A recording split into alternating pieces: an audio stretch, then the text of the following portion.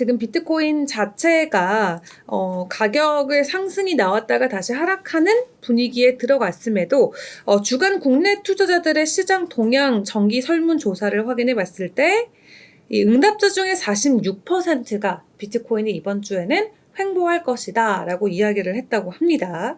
이 상승과 급등을 예상한 응답자는 30%였는데요. 지난주에는 45%였기 때문에 상승보다는 이번 주에 국내 투자자들은 확실히 이 횡보와 관련된 입장에 의견을 더 싣고 있는 것 같습니다. 자, 그렇다면 실제 시장은 어떠했는지 코인 마켓캡을 통해서 시장 분위기 확인을 해보도록 하겠습니다. 일단 비트코인 같은 경우는 또 오름세를 보였어요. 전일 대비는 그래도 1% 정도 오르면서 27,700달러 선을 현재 지나가고 있습니다. 지난주 대비해서도 여전히 4%의 상승분을 보여주고 있는 상황인데요. 일단 비트코인 같은 경우는 올 10월 들어서는 지속적으로 강세를 이어갈 것이다 라는 전망치는 이어지고 있는 상황입니다. 알터너티브 같은 경우는 지금 이 암호화폐 시장에서 공포 탐욕 지수 있잖아요. 지금 공포 탐욕 지수 코인마켓캡에는 44로 나오는데 전날에 49까지 기록을 하면서 상당히 중립적인 수준을 나타내고 있다라고 합니다. 0으로 갈수록 시장 심리가 극단적 공포에 가까움을 나타내고 100으로 갈수록 극단적 낙관을 의미를 하죠. 지금 이 중간 상태, 중립적인 상태에 있음에도 비트코인 가격 상승이 조금씩 나오고 있다라는 부분이 긍정적이게 풀이를 해볼 수 있겠고요. 그리고 크라켄에 14,000개의 비트코인이 유입이 됐다고 합니다. 지난 2018년 이후로 최대치인데요. 이 크라켄 인플로우를 보시면은 지금 10월 들어서 갑자기 14,924개의 비트코인이 거래소 안으로 들어갔습니다. 이렇게 많은 비트코인이 거래소에 입금이 됐다는 게 일단 첫 번째로 뭐 투자자의 수익 실현이 될 수도 있고 아니면 또 다른 커스터디 플랫폼으로 이전하기 위해서 옮겼을 수도 있고 다양한 이유가 있겠지만 2018년 이후로 최대 규모의 비트코인이 거래소로 들어갔다라는 부분은 확실히 비트코인 가격에도 상당한 영향을 미칠 수 있는 이벤트가 되겠습니다. 누가, 왜 옮겼는지에 대한 구체적인 이유는 우리가 밝힐 수는 없지만 누군가 나타나서 내가 이렇게 했다라고 말하지 않는 이상 알 수는 없지만 일단 엄청난 규모의 비트코인이 동시에 거래소로 들어갔다라는 부분이 단기간으로 비트코인의 가격 움직임을 야기할 수는 있겠습니다. 자, 좀 긍정적인 쪽으로 오히려 가격 상승이 나왔으면 좋겠는데 과연 매도 물량으로 나올지 혹은 또 다른 커스터디 서비스를 이용하기 위한 물량 이전일지 분위기를 지켜보셔야겠고요. 알렉산더님 어서오세요. 반갑습니다.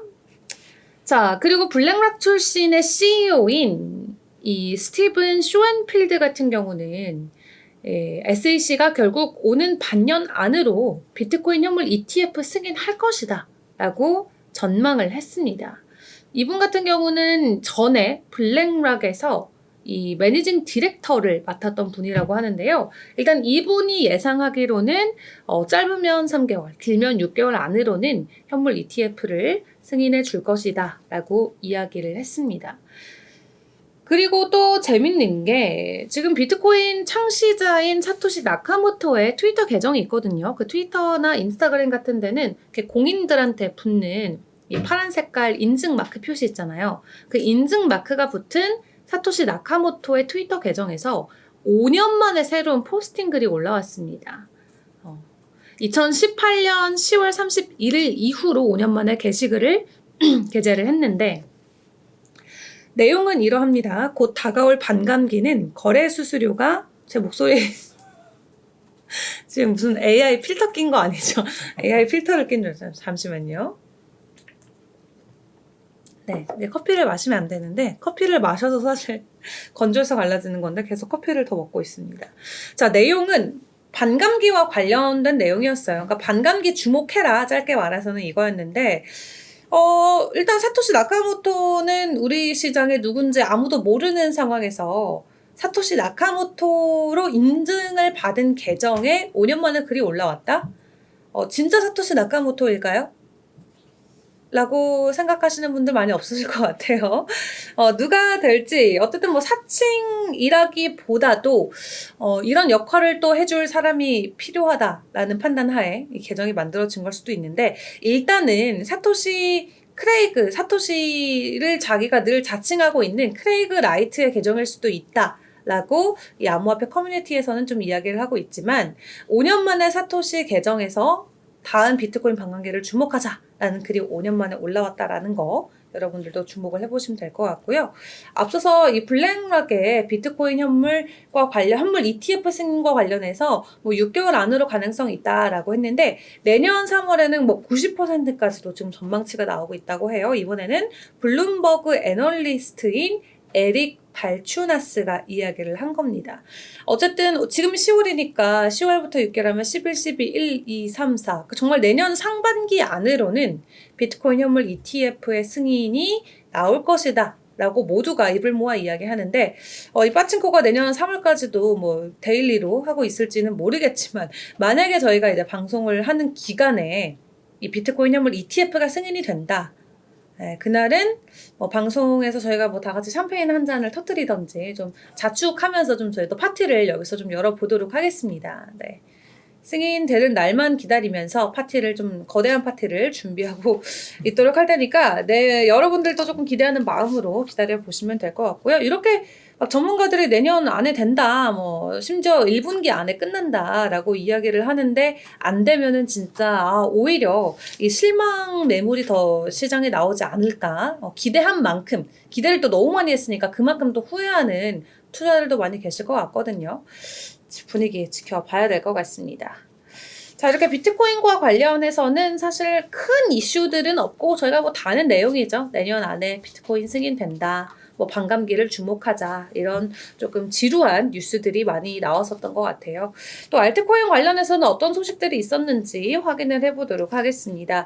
일단 이더리움 자체만 놓고 봤을 때는 전일 대비는 0.3% 정도 오르면서 1,600달러 현재 지나가고 있는 상황이죠.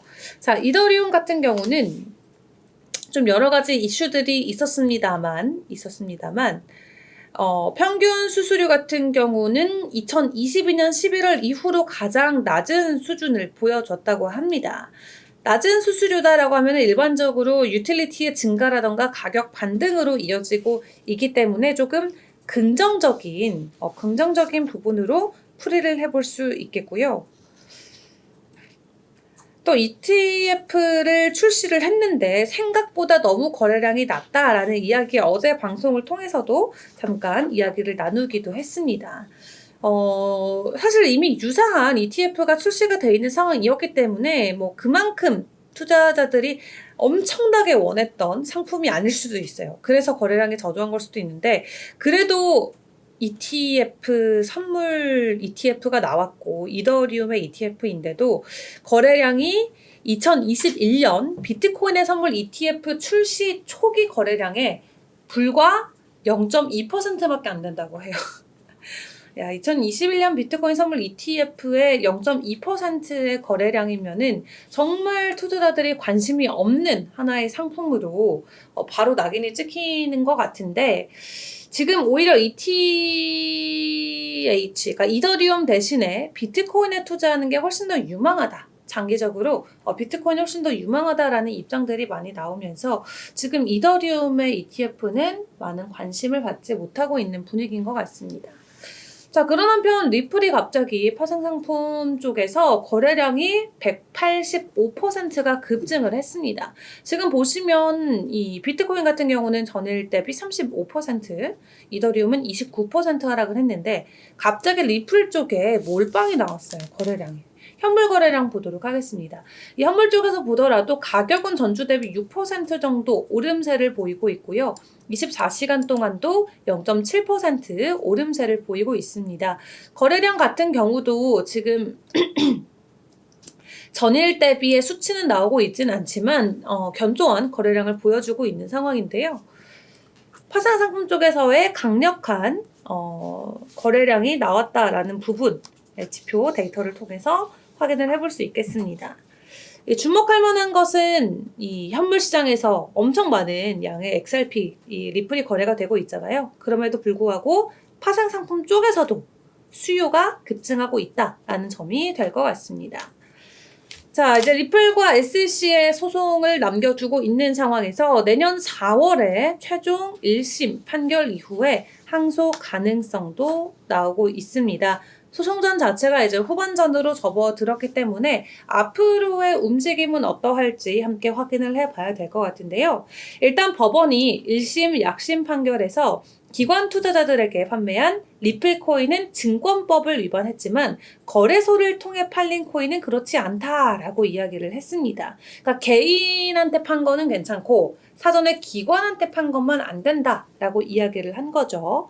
그래서 법원이 브래드 갈링하우스 그리고 크리스 라센 등 리플사의 임원들이 리플 코인 판매에 관여했는지를 다투는 증권법 위반에 대해서는 판결 자체를 내리지 않은 상황입니다. 자, 이후의 재판 일정도 확인을 해봐야 되겠는데요. 2024년 4월 23일 이 리플 코인의 기관 판매와 관련해서 증권법을 위반했는지 안 했는지와 관련된 재판이 열리게 됩니다. 이 재판이 끝나면 리플사 또는 SEC는 최종 1심 판결 결과에 대해서 항소를 제기할 수 있는데요. 1심 끝나고 바로 2심으로 넘어갈 수 있습니다. 지금 잔여 재판 일정을 보면은 이렇게 확인이 됩니다. 12월 4일에 증거서류 제출하고 18일에는 혐의에 대한 반론 제출. 그게 끝나면 내년 4월 16일에는 최종 재판 전 당사자들의 출석이 있습니다. 자, 여기에서 직접 합의가 나올지 아니면 지속적으로 항소로 이어질지는 봐야겠습니다만 일단 단기적인 시점에서 봤을 때 내년 4월 16일까지 리플은 이 SEC 소송과 관련해서 계속 분위기는 확인해 보셔야겠습니다. 자, 그리고 이 올해 또 뜨거웠던 코인 중에 하나죠. 신규 코인 중에 하나인 월드코인이 현재 기술적 지표로 분석을 해봤을 때 최소 34%까지도 급락할 수 있는 가능성이 제기가 되고 있습니다. 투자하시는 분들은 조금 유의를 해보셔야 될 것 같은데요. 이 지표적으로 기술적 분석을 통해서 확인해 봤을 때는 최소 34%까지 하락하면서 결국 1달러까지도 가격 하락이 나올 수 있다고 합니다.